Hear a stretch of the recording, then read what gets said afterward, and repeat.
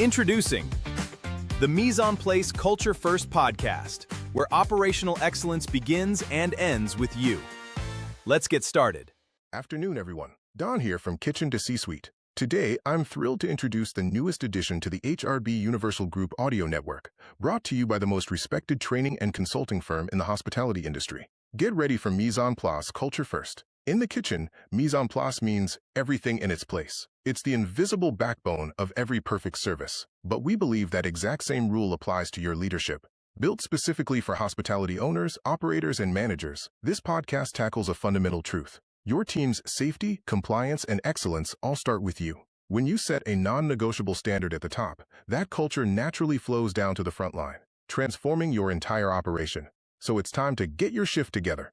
Tune in right now as our new hosts dive deep into what this show is all about. All right, let's dive into something that anyone who's ever worked in or, well, even just eaten at a restaurant will definitely appreciate. I want you to imagine a Saturday night dinner rush. Oh, the classic weekend rush. Right. Tickets are just printing to the floor. A 30 top just walked in entirely unannounced. The point-of-sale system is aggressively glitching, and the new food runner is looking around like they just got dropped into an active war zone. Like a deer in the headlights, yeah. Exactly. I mean, to an outsider, it looks like a disaster waiting to happen. It looks like utter, unmitigated chaos. But, you know, if you look closely at the absolute best operations, the top-tier managers aren't panicking. No, they really aren't. They aren't even rushing, mostly. Yeah, and that's because hours, days, and even months before that first guest arrived, they built this invisible infrastructure that makes failure almost impossible. And today, well, we are unpacking a concept that completely redefines how that kind of intense professional environment operates. It really is the ultimate stress test of organizational design, because what looks like chaos to the untrained eye is actually, well, it's a highly calibrated system running at maximum capacity. Right, running red line. Yes. And the difference between a system that holds under that Saturday night pressure and one that completely collapses, it comes down to a very specific foundational philosophy. Which brings us to the actual document sitting in front of us today for this deep dive. We are looking at the launch materials for a massive new media venture from HRBUniversal. It's called the Mise En Place Culture First podcast. A fascinating concept for a show. It really is. Now, if you've ever watched a cooking show or worked a line, you know the term mise en place. It's a French culinary phrase, and it literally translates to putting in place or everything in its place. Right. It's the physical prep. Yeah, exactly. You chop your onions, you measure your spices, you set your station before the fires ever get turned on. But the mission of our deep dive today is not to just, read a press release for a new media venture. We are looking at a fundamental, almost radical shift in hospitality management. We're decoding how HRBUniversal is taking this very physical, highly specific culinary concept, this literal cutting board reality, and transforming it into a rigorous, non-negotiable framework for leadership. Moving it out of the kitchen. Exactly. They are arguing that mise en place isn't just about where you put the salt. It is a comprehensive architecture for corporate culture, regulatory compliance, and honestly, operational survival. They are moving it from the prep kitchen directly onto the manager's desk. And I really want to approach this from a highly practical, Midwestern perspective today. I like that approach. Let's keep it grounded. Right, because we are going to look at the daily grinding challenges of operators and managers. Running a restaurant or really any hospitality venue is brutal work. It is incredibly demanding. It is. So we want to understand this invisible infrastructure they talk about, which they claim is absolutely required to run a safe, profitable, and culturally healthy operation. Well, the source material explicitly defines mise en place as the invisible infrastructure behind every flawless service. And that phrase, flawless service, is really the North Star of this entire philosophy. Flawless service. It's a high bar. It's the highest bar. HRBUniversal is taking the physical staging of a kitchen and applying it to the psychological and structural staging of leadership. I mean, they are asking owners, operators, and managers to internalize a rather heavy burden. Which is what, exactly? The reality that organizational safety, compliance, and excellence begin and end entirely with the leader. It's all on them. All right, let's really pull apart this invisible infrastructure idea. Yeah. Because if I map it to something outside of a restaurant, it makes total sense to me. Think about organizing a garage before a big project. Oh, a perfect comparison. Right. You don't want to be hunting for a half-inch wrench while the engine is leaking oil all over your driveway. Mhm. You prep your workspace.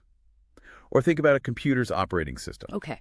Yeah, go on. You can download all the best, most beautiful apps. You can have a stunning menu, incredible interior design, a brilliant marketing campaign. But if the underlying operating system is full of bugs, if your labor practices are a mess, if your safety protocols are just, suggestions, the whole device is going to violently crash the second you try to run it at full capacity. Because the guest only sees the shiny app. Exactly. They don't see the code. That is an incredibly apt way to visualize it. I mean, in a commercial kitchen, physical mise en place means the diced onions are in one specific container, the finishing salt is exactly an arm's reach away, the sanitized towels are folded in a designated quadrant. Everything has a home. Right.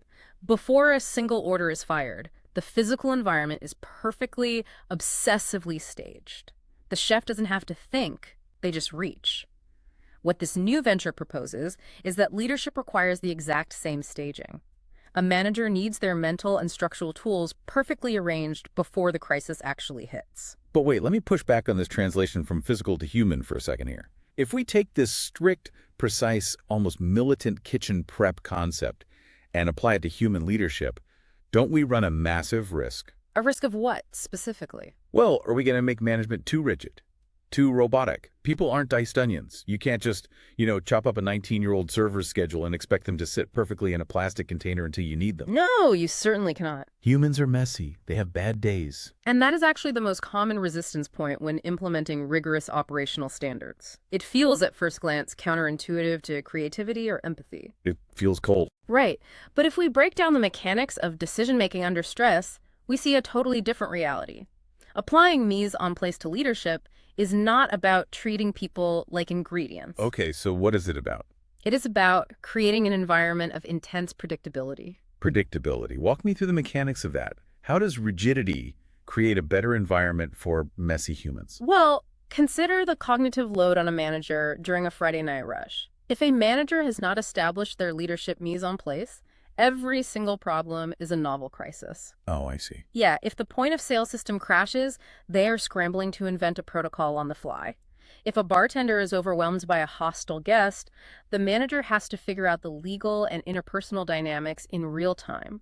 Their brain is redlining, just trying to keep the doors open. They are essentially inventing the parachute while they are falling. Exactly. But if the invisible infrastructure is built, if the protocols for a tech failure are documented, trained, and internalized, if the escalation path for a hostile guest is a non-negotiable standard, the manager isn't burning cognitive energy solving the structural problem. Because the structure solves itself. Right. And this actually frees the manager up to be more human. They have the mental bandwidth to put a hand on the overwhelmed bartender's shoulder and say, "Take a breath, I've got this," because the procedural steps are already hardwired. Wow. Predictability breeds empathy. Okay, that completely flips the script for me. The structure doesn't replace the humanity, it protects it. It gives the manager the breathing room to actually lead, instead of just putting out literal and metaphorical fires all night. Absolutely. And the source text makes a very bold claim about what happens when this foundation is solidified. They state that when leadership establishes a non-negotiable standard for excellence, that culture naturally trickles down to the frontline staff. Yes. They specifically call out a desire to move the industry past superficial management trends. All right, let's dissect the difference between a superficial trend and a non-negotiable standard, because I feel like the industry is currently drowning in the former. Oh, it absolutely is. A superficial trend is inherently reactive and, well, cosmetic. It is management by Band-Aid. Give me a real-world example of that. What does a superficial trend look like on a random Tuesday afternoon? It looks like management realizing the staff is entirely burnt out because the scheduling is chaotic and unpredictable. But instead of fixing the incredibly complex labor algorithm and doing the hard work of structural scheduling reform, management buys a ping pong table for the break room. Oh, no. Or they order a stack of pizzas on a Friday. It is an attempt to buy morale without changing the environment. Oh, that is painfully relatable. I really want everyone listening to think about their own workplace right now. Yeah. Have you ever felt the sheer frustration of a boss who talks endlessly about family and culture, who buys the donuts, but who entirely fails to maintain a standard of excellence? The donuts feel good for about 5 minutes. Exactly. But knowing exactly what is expected of you, knowing that your boss will hold everyone to the same fair standard, and knowing the infrastructure actually works, that is what permanently reduces your daily anxiety. Trust is not built on pizza parties. Trust is built on operational integrity. When a leader makes a standard non-negotiable, they are telling the staff, I care enough about this environment to protect it from chaos. Now, here's the thing. We really have to scrutinize the source text's use of the phrase naturally trickles down. I was hoping we would get to that phrase. Yeah, let's stop right there. Naturally trickles down. Whenever I hear trickle down in a management context, my internal alarm bells go off. Usually with good reason. Right, because usually it means someone at the corporate level sent out a beautifully formatted PDF memo and just crossed their fingers, hoping the dishwasher reads it and magically cares about brand synergy. Is it actually natural? Because achieving a total cultural transformation seems like it requires exhausting, deliberate effort, not just gravity. You are identifying the exact trap that destroys new hospitality managers.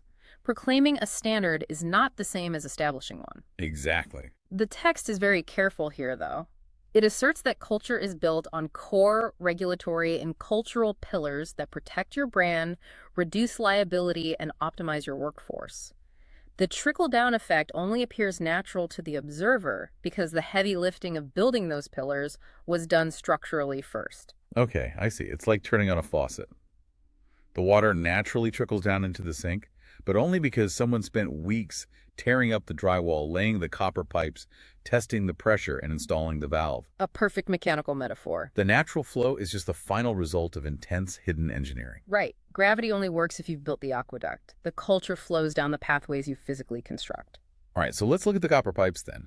What does this aqueduct actually look like in practice?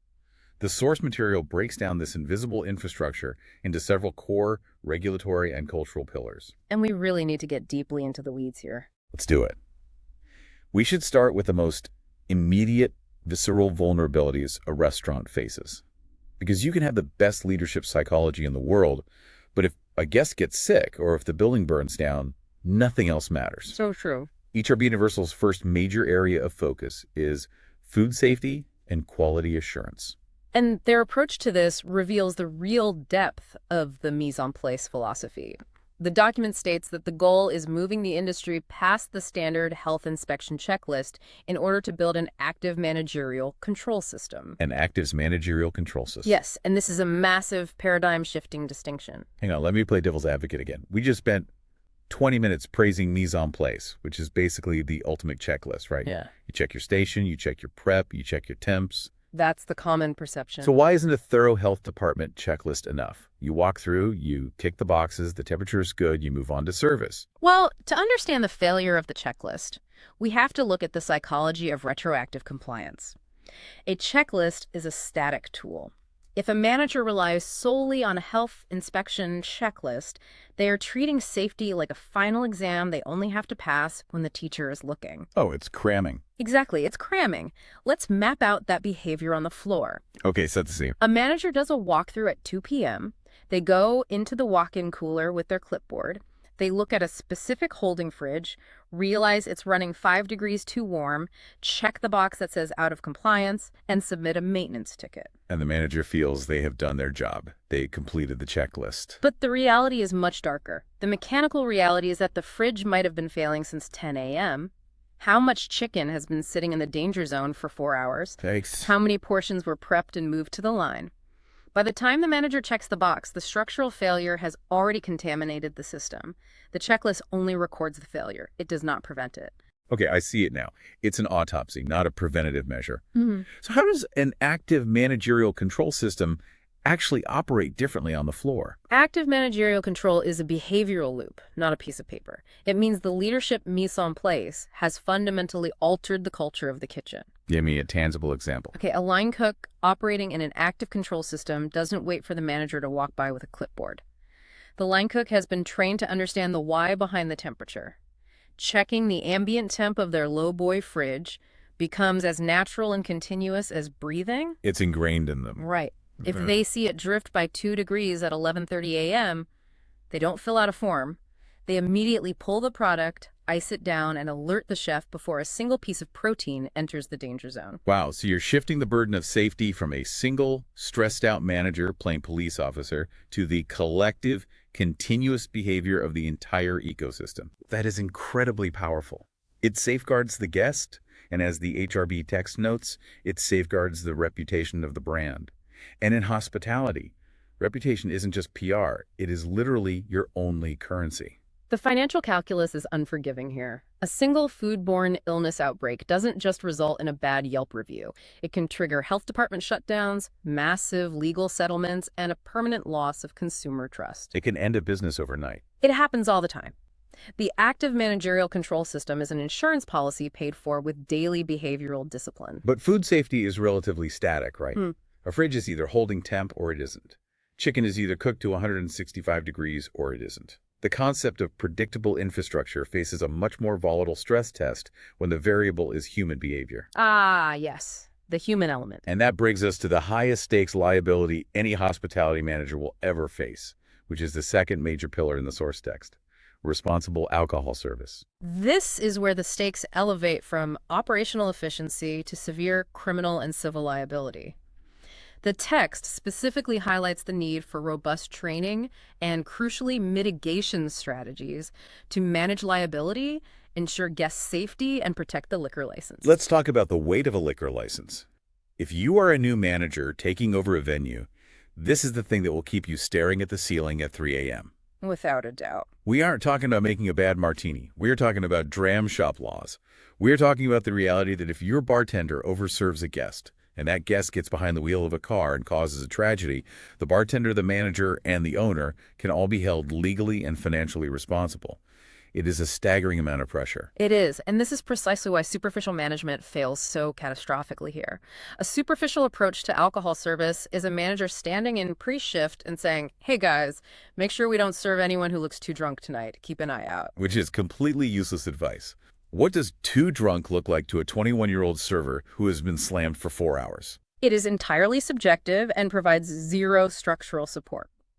When the source material demands a mitigation strategy, it is demanding a mechanical system. A true mitigation strategy is a non-negotiable standard that removes the subjective guesswork from the frontline employee. Ground that for me. What does a real-world mitigation strategy actually look like on the floor at midnight? It looks like an ironclad, documented protocol. Let's construct a scenario. A guest approaches the bar and their speech is slightly slurred, or their motor functions are just a fraction of a second behind. Okay. Red flags are up. Right. Now, the bartender doesn't have to guess if they are too drunk. The infrastructure dictates that if there is any observation of impairment, a specific sequence is triggered. Step 1, step 2. Exactly. Step 1, the bartender immediately offers water and a food menu, subtly slowing the pace. Step 2, the bartender notifies the manager via a specific signal or quick conversation. Step 3, the manager, not the bartender, is the one who initiates the cutoff conversation. That is brilliant. Let's pause on that. You are entirely removing the bartender from the line of fire. You have to. You have a young employee who relies on tips to pay their rent. The psychological pressure on them to just pour one more drink to avoid a confrontation with a hostile, intoxicated adult is immense. It's an unfair position to put them in. So the mitigation strategy acts as an active, real-time shield. The bartender can honestly say, "I'm so sorry, my manager has to approve this." You are neutralizing the conflict by relying on the infrastructure. The manager steps in, armed with extensive de-escalation training and an understanding of the legal liability. It changes the whole dynamic. It does. The guest isn't arguing with a vulnerable employee. They are meeting a structural boundary. This protects the guests from themselves, protects the community from a drunk driver, protects the bartender from abuse, and protects the business from a lawsuit. That is the invisible infrastructure shining through again. The other guests in the room just see a manager chatting with the patron. They don't see the complex, legally fortified matrix of protocols that the Mise En Place leadership style put into effect. The setup was done long before the guest ever ordered the drink. And that infrastructure must be ruthlessly maintained. If a manager compromises the standard even once, if they let a VIP regular have just one more, the entire aqueduct collapses. Because the standard isn't a standard anymore. The staff instantly learns that the standards are situational, not structural. Okay, so we've covered the guest, we've built systems to protect their food, and we've built systems to manage their alcohol consumption. But guest safety is really only the outward-facing half of the battle. There's a whole other world in the back. Right, what about the people actually executing this work? The folks in the back of the house sweating over the grill, running the fryers, or navigating a crowded dining room with trays full of glassware.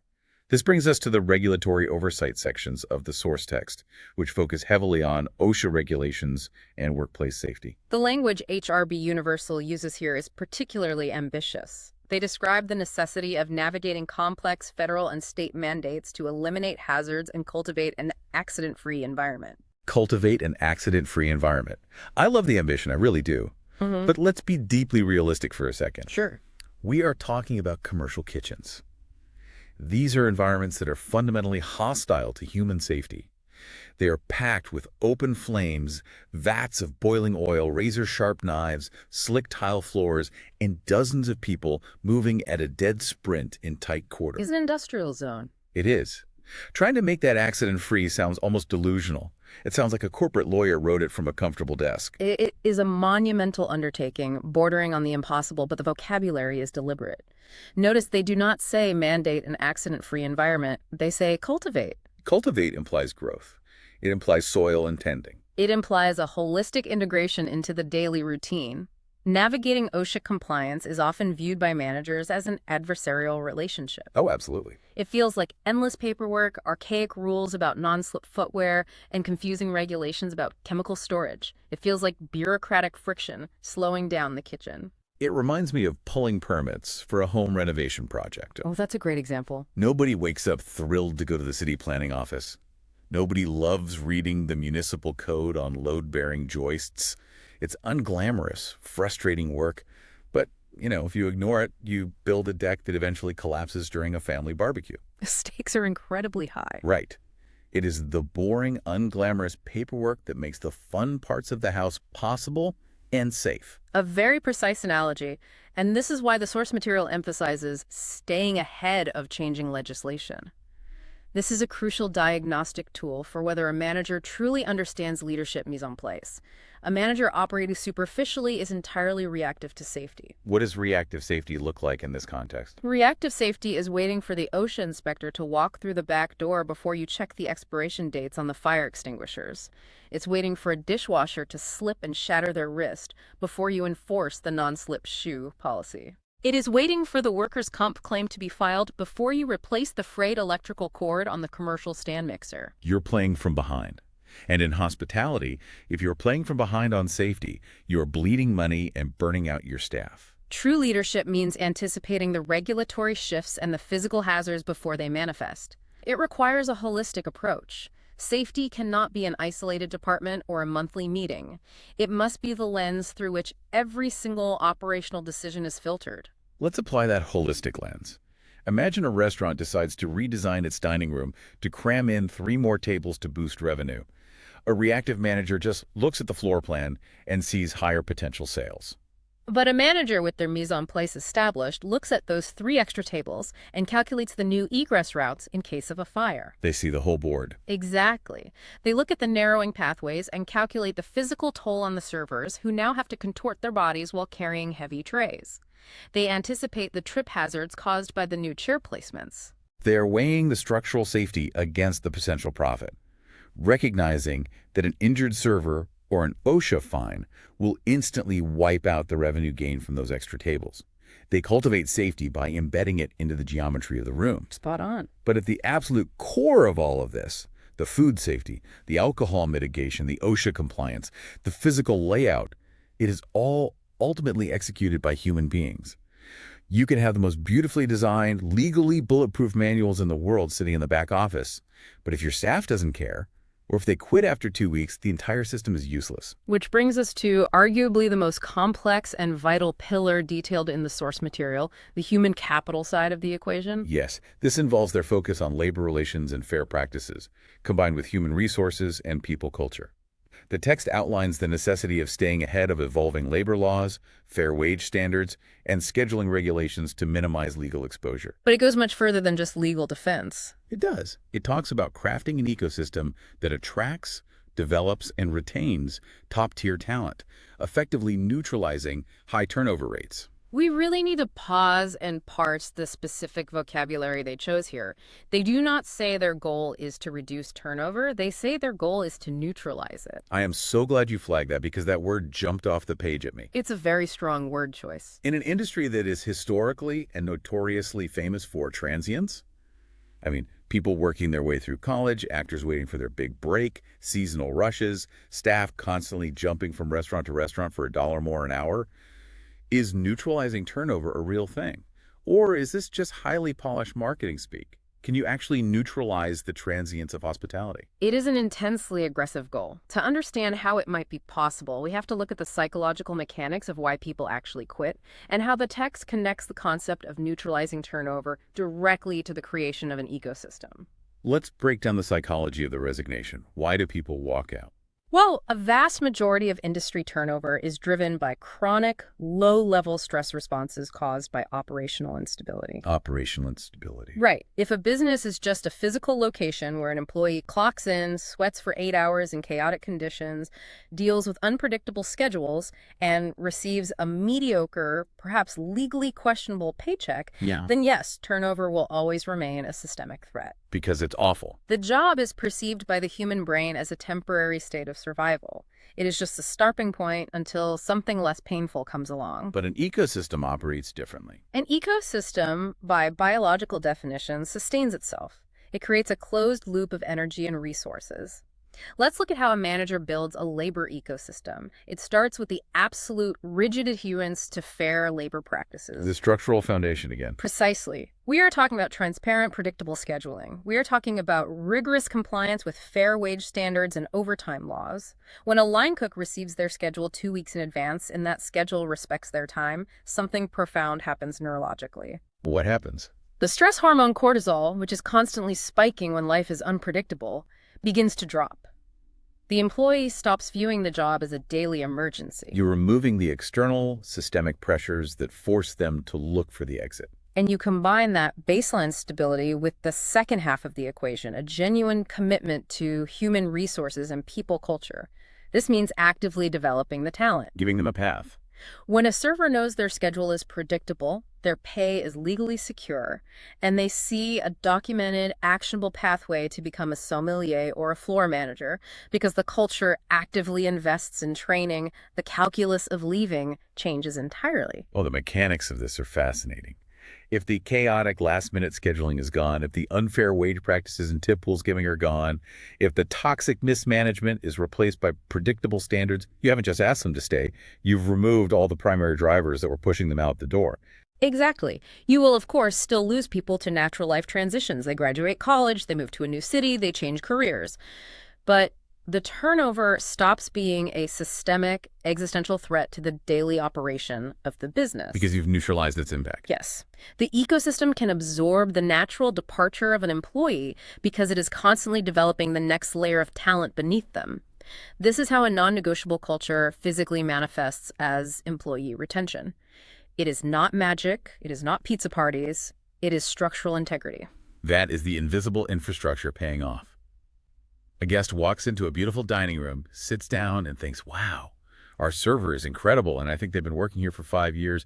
They must really love the food. But the reality is much deeper. Right. What the guest doesn't see is the meticulous, legally compliant, developmentally focused HR ecosystem the general manager spent years building to keep that server financially secure, psychologically safe, and professionally challenged. And that profound operational stability leads us perfectly into the final, and perhaps the most universally critical takeaway from the HRBUniversal source material, the bottom line. Because let's face the harsh reality of capitalism. You can have the safest, happiest, most legally compliant, most beautifully scheduled restaurant in the world, but if the math doesn't work, if the venue doesn't make money, the doors close and the ecosystem dies. The margins are just too thin to ignore the math. The text makes a definitive statement here. It claims that a culture built on these non-negotiable operational standards mitigates risk, drives efficiency, boosts morale, stabilizes retention, and ultimately delivers a more predictable, profitable bottom line. This is the ultimate synthesis of the entire Mise En Place leadership philosophy. They are arguing forcefully that safety, compliance, and culture are not merely legal hurdles. They are not bureaucratic red tape that gets in the way of making money. They are the primary engines of profitability. Which, if we're being honest, feels entirely counterintuitive to a lot of old-school operators. Because building this infrastructure costs money. It does. Training programs cost money. Fixing the fraying electrical cord on the mixer instead of ignoring it costs money. Providing fair, competitive wages costs money. Upgrading point-of-sale systems for better active control costs money. How does spending all of this capital on the invisible infrastructure actually drive profit? Walk me through the financial mechanics. We have to trace the causality of failure to understand the profitability of prevention. Let's start with turnover, which we just discussed. When a restaurant operates with a superficial culture and suffers from high turnover, the financial bleed is catastrophic, even if it's hidden from the daily ledger. The hidden costs. Break those down for me. You spend an exorbitant amount of money recruiting, you spend management hours interviewing, you spend capital training the new staff member during which they are operating at half capacity. Right, they aren't fully productive yet. And then there is the massive, unquantifiable cost of the mistakes that new staff member inevitably makes while learning the ropes. The comped meals, the alienated guests, the wasted inventory. Exactly. If you neutralize turnover, all of that capital stays in the bank account. Okay, that makes sense. It's the cost of constant replacement. What about the compliance side? Well, consider the financial mechanics of failing to maintain an active managerial control system for food safety. A reactive manager lets the walk-in cooler fail. The immediate cost is thousands of dollars in spoiled inventory that has to be thrown in the dumpster. Just literally throwing money away. The secondary cost is 86ing menu items, losing immediate revenue for that night. The tertiary catastrophic cost is if tainted food goes out and a lawsuit is filed. By spending the time to build active control, you prevent the initial inventory loss and completely insulate yourself from the lawsuit. So by neutralizing these operational risks, you aren't just preventing dramatic disasters. You're fundamentally plugging the thousands of tiny holes in the bottom of the financial bucket. You stop the invisible bleed of capital. And once the bucket is sealed, efficiency exponentially increases. Let's map the psychology of the staff back to the bottom line. Okay, let's hear it. A team that deeply understands the non-negotiable standards, a team that trusts their leadership, and a team that feels physically and psychologically secure in their environment works faster. They work better. Morale isn't just a feeling, it is a metric of velocity. They aren't second-guessing their decisions. Precisely. Retention stabilizes, operational friction drops to near zero, and the result is what every single hospitality operator, investor, and owner dreams of: predictability. Predictability is everything. In an industry defined by razor-thin margins and chaotic variables, a predictable bottom line is the holy grail. Predictability means you can forecast your labor costs accurately. You can invest in better ingredients. You can plan for expansion. You can actually grow the business instead of just surviving the week. It is a stunningly comprehensive way to view the life cycle of a hospitality business. And what I find equally fascinating as we look at the documents for this launch is how HRBUniversal is delivering this knowledge. Yes, the delivery method is very intentional. The source text has a section called Choose How You Connect. They're pushing this deep dive operational philosophy out via audio on major platforms like Apple, Spotify, Amazon Music, and Audible. So a manager can literally listen to a breakdown of OSHA compliance on their morning commute. Which is brilliant. But they also have full video broadcasts on the HRB TV network, which is directly available on Roku and Fire TV. The medium they have chosen is actually a vital part of the message itself.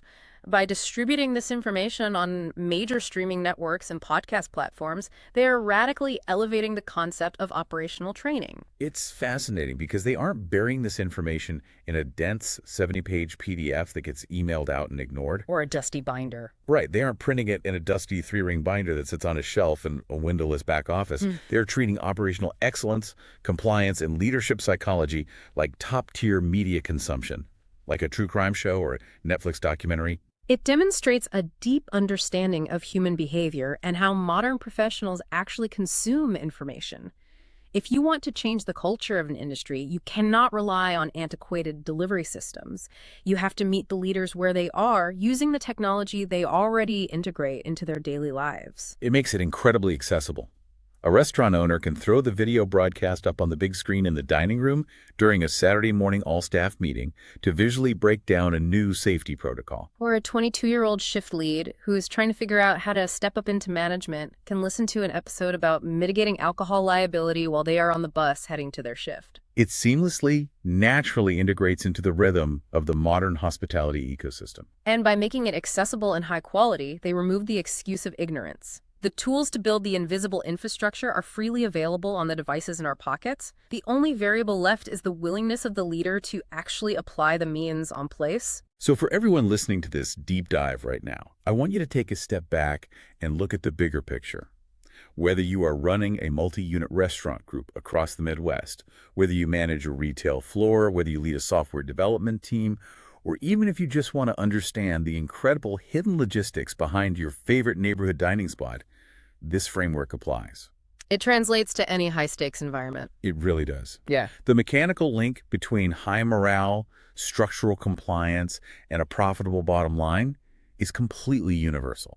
The principles of Mise En Place go way, way beyond the kitchen line. They do, because at its absolute core, Mise En Place is simply the philosophy of establishing order so that human excellence has the space to flourish.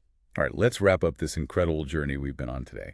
We started with the very conceptual, highly physical culinary roots of Mise En Place, the simple act of getting your station perfectly prepped before the fire starts. The physical foundation. We unpacked how HRBUniversal's new media venture takes that physical concept and demands his world.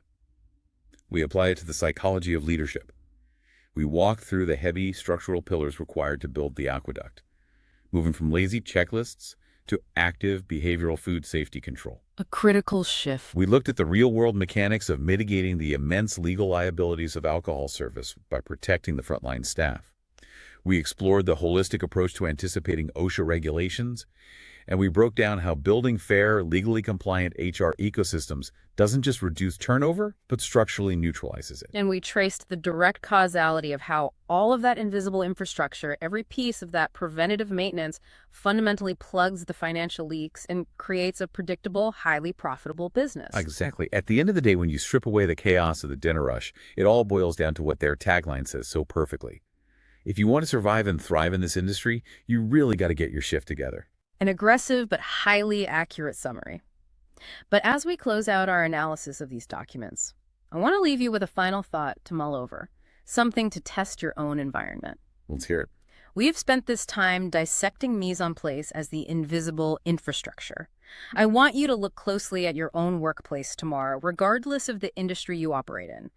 Imagine if a massive glitch occurred and someone were to suddenly pull away all the written rules, the physical checklists, the employee handbooks, and the corporate mandates. Take it all away. Right. What would your invisible infrastructure actually look like? Does the culture you've built stand on its own, supported entirely by the ingrained, practiced behaviors of your team? Or, without the paperwork propping it up, is your culture just waiting for a Friday night rush to collapse?